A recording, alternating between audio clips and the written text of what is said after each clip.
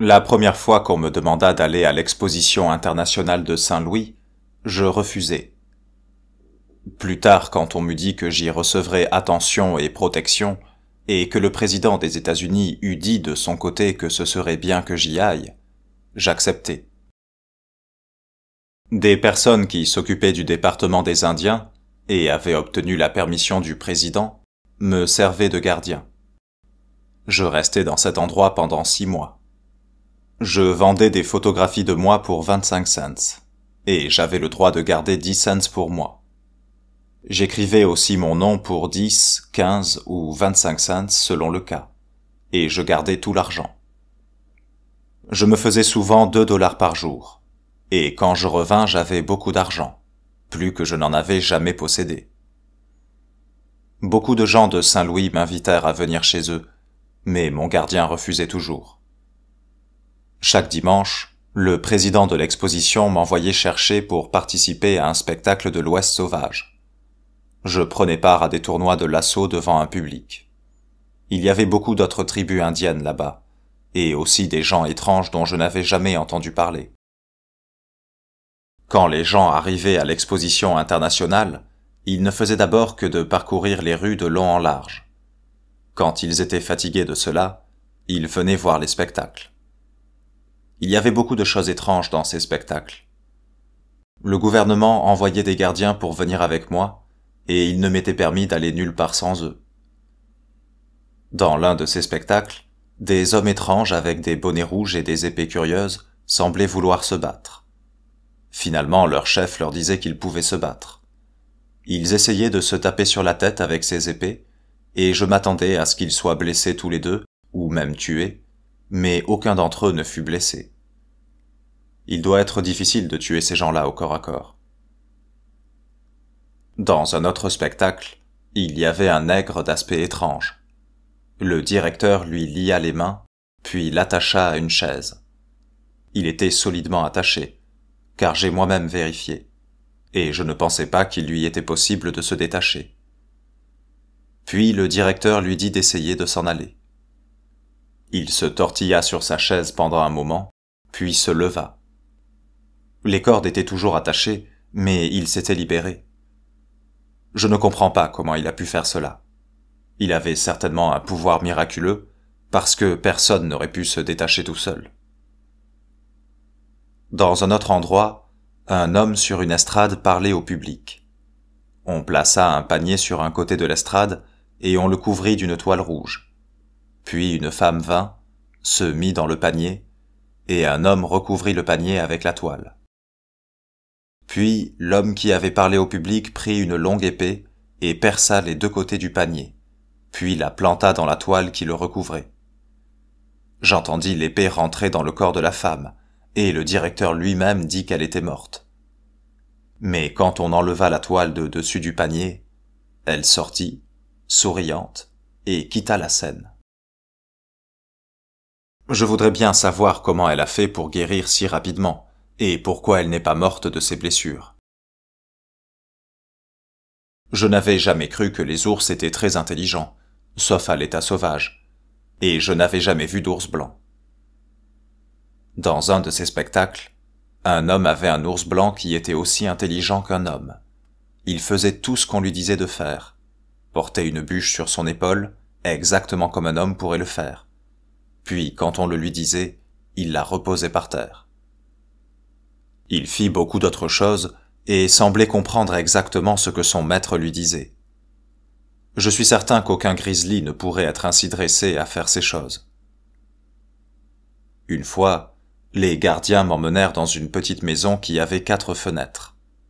Quand nous fûmes assis, la petite maison commença à bouger sur le sol. Puis les gardiens attirèrent mon attention sur quelque objet curieux qu'ils avaient dans leur poche. Finalement, ils me dirent de regarder dehors.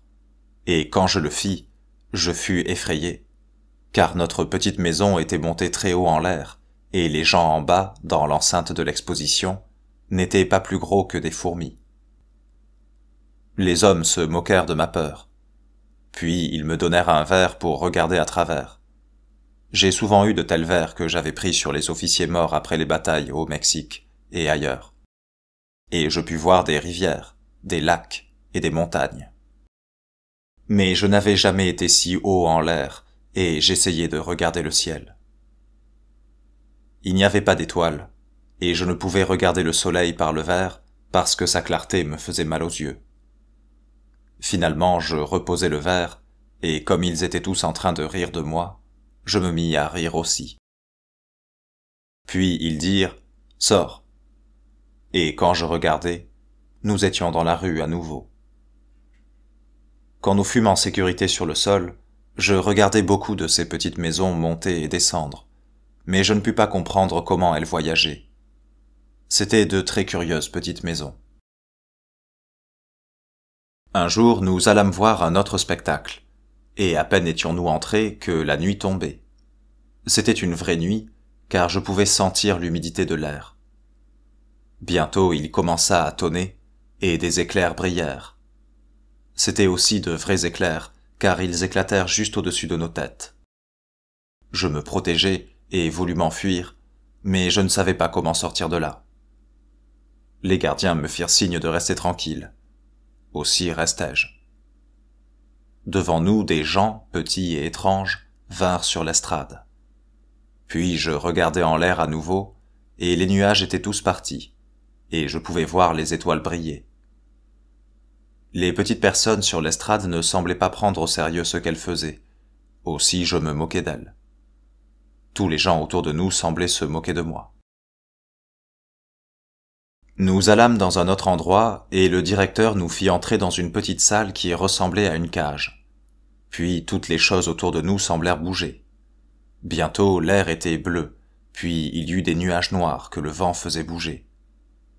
Tout de suite après il faisait clair. Puis nous vîmes quelques blancs nuages minces. Puis les nuages devinrent plus gros, et il se mit à pleuvoir et à grêler avec des éclairs et le tonnerre. Puis le tonnerre s'arrêta, et un arc-en-ciel apparut au loin. Puis il fit noir. La lune se leva, et des milliers d'étoiles apparurent. Bientôt le soleil se leva et nous sortîmes de la petite salle. C'était un bon spectacle, mais c'était si étrange et si peu naturel que j'étais content de me retrouver dehors à nouveau. Nous allâmes dans un endroit où on faisait des articles en verre. J'avais toujours cru que ces choses étaient faites à la main, mais elles ne le sont pas. L'homme avait un curieux petit instrument, et à chaque fois qu'il soufflait dedans, sur une petite flamme, le verre prenait toutes les formes qu'il voulait. Je n'en suis pas certain, mais je pense que si j'avais un instrument de cette sorte, je pourrais faire tout ce que je voudrais. Il semble qu'il soit doué de charme, mais je suppose qu'il est très difficile d'obtenir ces petits instruments, sinon d'autres personnes en auraient. Les gens dans ce spectacle étaient si pressés d'acheter les choses que l'homme faisait qu'ils ne le laissaient s'asseoir de toute la journée. J'achetais beaucoup de choses curieuses là-bas, et je les rapportais chez moi.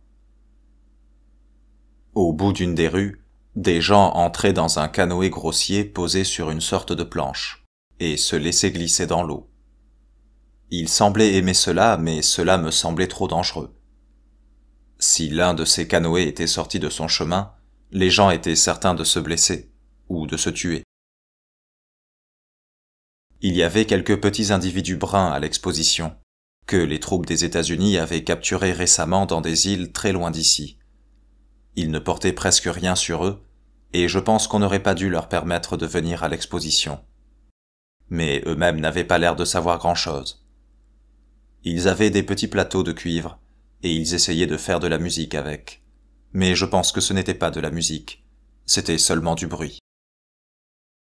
Ils dansaient cependant, au son de ce bruit, et semblaient penser qu'ils donnaient un bon spectacle. Je ne sais pas dans quelle mesure c'était vrai, mais j'ai entendu dire que le président les avait envoyés à l'exposition pour qu'ils puissent apprendre les bonnes manières, et que lorsqu'ils rentrèrent chez eux, ils apprirent à leur peuple à s'habiller et à se bien comporter. Je suis content d'avoir été à l'exposition. J'y ai vu beaucoup de choses intéressantes et ai beaucoup appris du peuple blanc. C'est un peuple très gentil et très calme. Pendant tout le temps où j'étais à l'exposition, personne n'essaya de me faire du mal. Si cela s'était passé chez les Mexicains, Je suis certain que j'aurais eu à me défendre souvent. J'aurais voulu que tout mon peuple vienne à l'exposition.